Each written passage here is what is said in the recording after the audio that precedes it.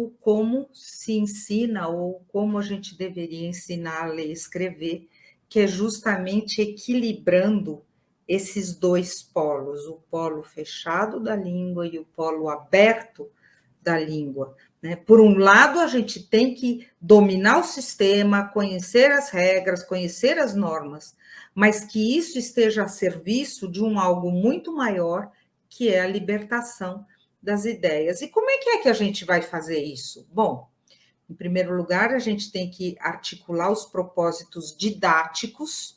Quais são os propósitos didáticos? Aprender a ler e escrever, aprender a ortografia, aprender a gramática, aprender a pontuação, aprender a acentuação. São as muitas coisas que alguém que aprende a ler e escrever deveria aprender. Aos propósitos comunicativos. Ah, agora eu entendi. Vale a pena aprender a gramática, vale a pena aprender as regras da ortografia, se for para a gente atender os propósitos comunicativos. Se for para eu fazer um jornal, né? Um jornal com a minha crítica ao sistema, um jornal para mostrar a violência no meu mundo. Então, aí sim a escrita começa a fazer sentido. Quer dizer, é legítimo trabalhar a dimensão fechada da língua se essa dimensão fechada estiver a serviço de um algo maior, que são os propósitos comunicativos. E aí, de novo, falando com outras palavras, articular as dimensões notacionais. O notacional é o como se escreve, tá? A dimensão notacional da língua com a dimensão discursiva, que é como a gente organiza a informação da nossa própria expressão, da nossa própria linguagem. Bom, a partir daí eu posso trazer algumas diretrizes concretas. Eu sei que estou falando com professores e professores sempre me pedem, bom, o que eu tenho que fazer? Como eu organizo a alfabetização, o trabalho de alfabetização na escola? Aqui foi um gráfico que eu fiz, muito simplificado, para mostrar as várias diretrizes, pensando que tudo que está na esquerda atende mais, mas não exclusivamente, o lado fechado da língua, e tudo que está do lado direito atende mais, mas não exclusivamente, o lado aberto da língua. Então, em primeiro lugar, seguindo aí esse esquema, a gente teria que trazer para a escola uma pluralidade de experiências de leitura e escrita. Isso é importante, principalmente quando a gente sabe que a maior parte dos nossos alunos, principalmente os de escola pública, e no meu caso, que estudei, que trabalhei com os alunos de periferia, que são crianças que não tiveram essas experiências. Então, é papel da escola, é compromisso da escola favorecer essa pluralidade de experiências e criando a escola, organizando, estruturando a escola como um ambiente alfabetizador. Essa expressão do ambiente alfabetizador é da Délia Lerner, e ela explica essa expressão de uma forma muito interessante. Ela diz que a escola deveria respirar a alfabetização por todos os poros, quer dizer, toda a organização da escola deveria circular neste mundo letrado, quer dizer, rompendo as barreiras entre a escola e o mundo letrado. Fazendo um parênteses, tem uma outra autora que eu gosto muito, que é a Teresa Colomer, que diz que a escola tem que ser uma comunidade de leitores.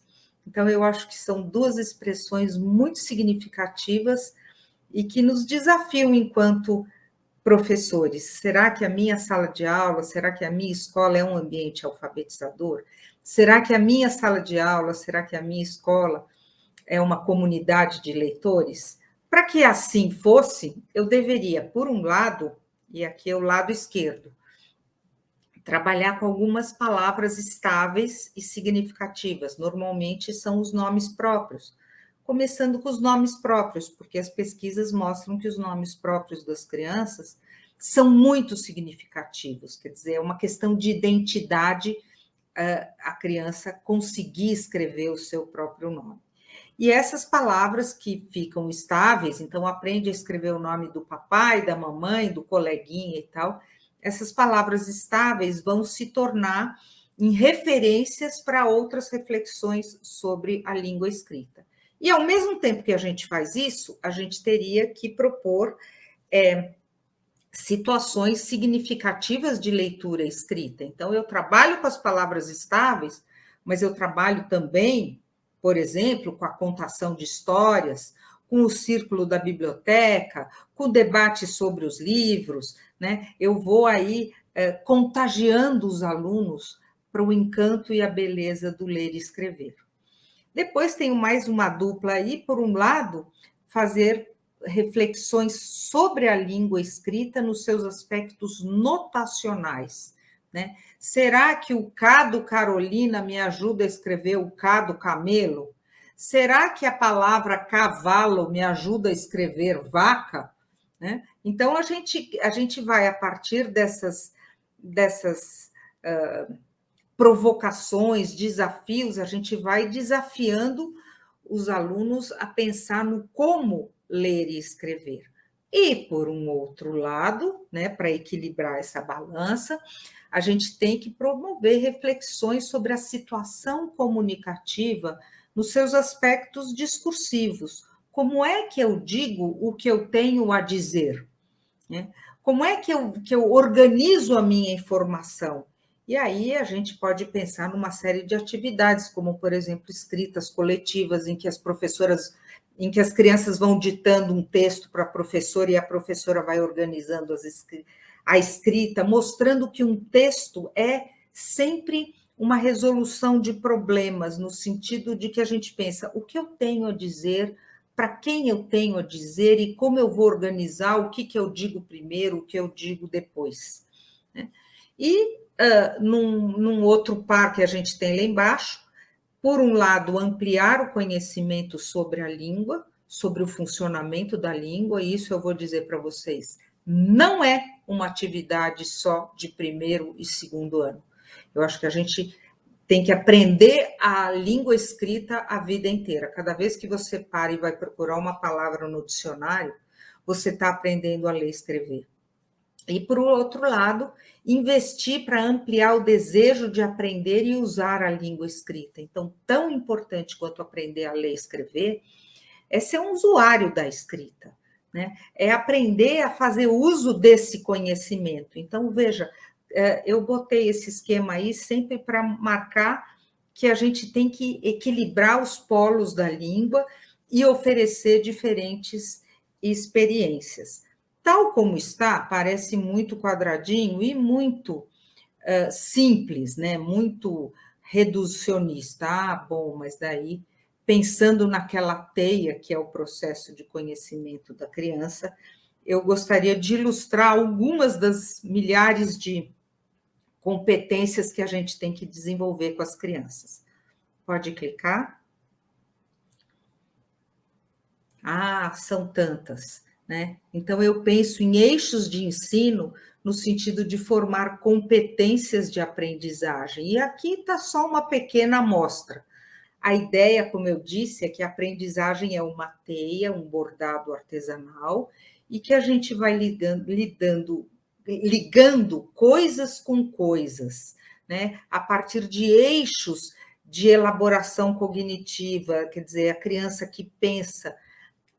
Eu costumo dizer que a cabecinha de uma criança que aprende a ler e escrever é como um caldeirão onde borbulham muitas ideias, muitos focos de compreensão, e esses aqui estão alguns deles, né, que vale a pena aí só citar, porque realmente a gente não tem tempo para discutir cada um deles. Mas vamos lá, pegando aqui da esquerda, as relações entre imagens e textos, aqui em azul claro, né?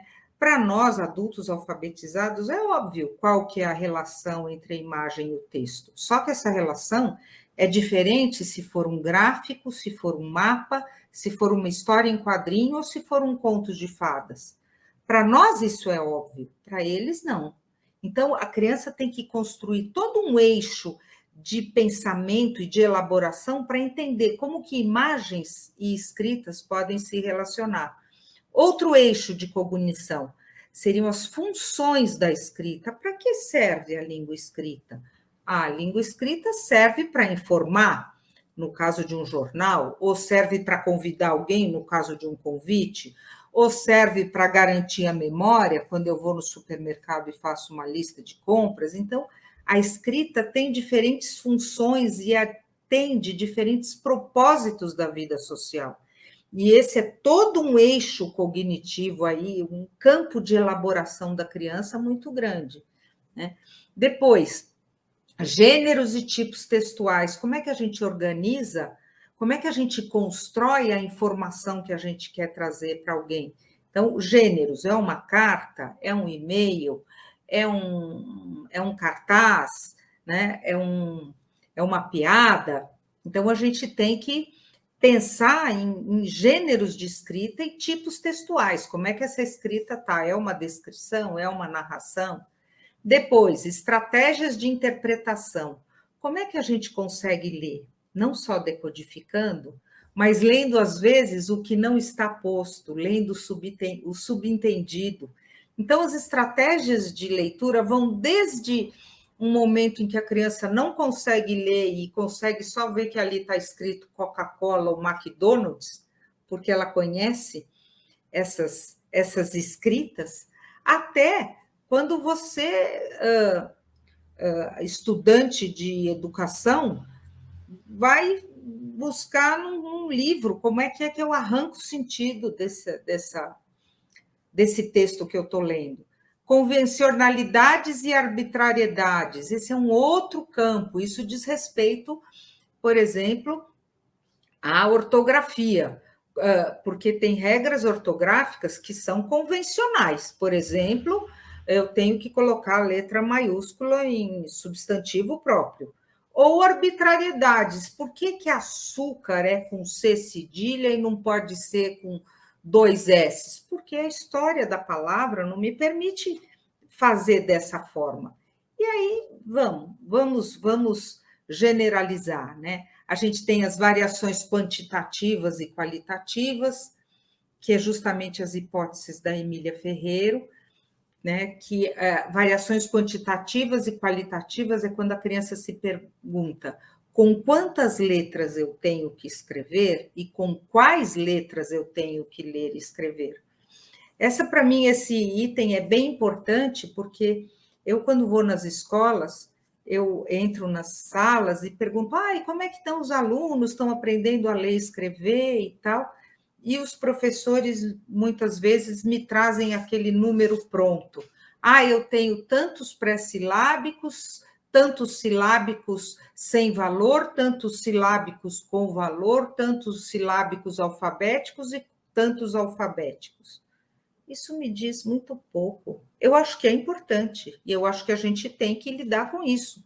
Mas a gente tem que entender que isso é um ponto de uma teia muito mais complexa e que a gente tem que trabalhar muitos outros aspectos, como os mecanismos de coesão, a consciência fonológica, a gente tem que promover uma cultura literária, a gente tem que promover o letramento digital, a gente tem que promover o ajustamento da escrita com o interlocutor, para quem que a gente está escrevendo, a gente tem que ter estratégias de busca e de consulta, enfim, são muitas competências.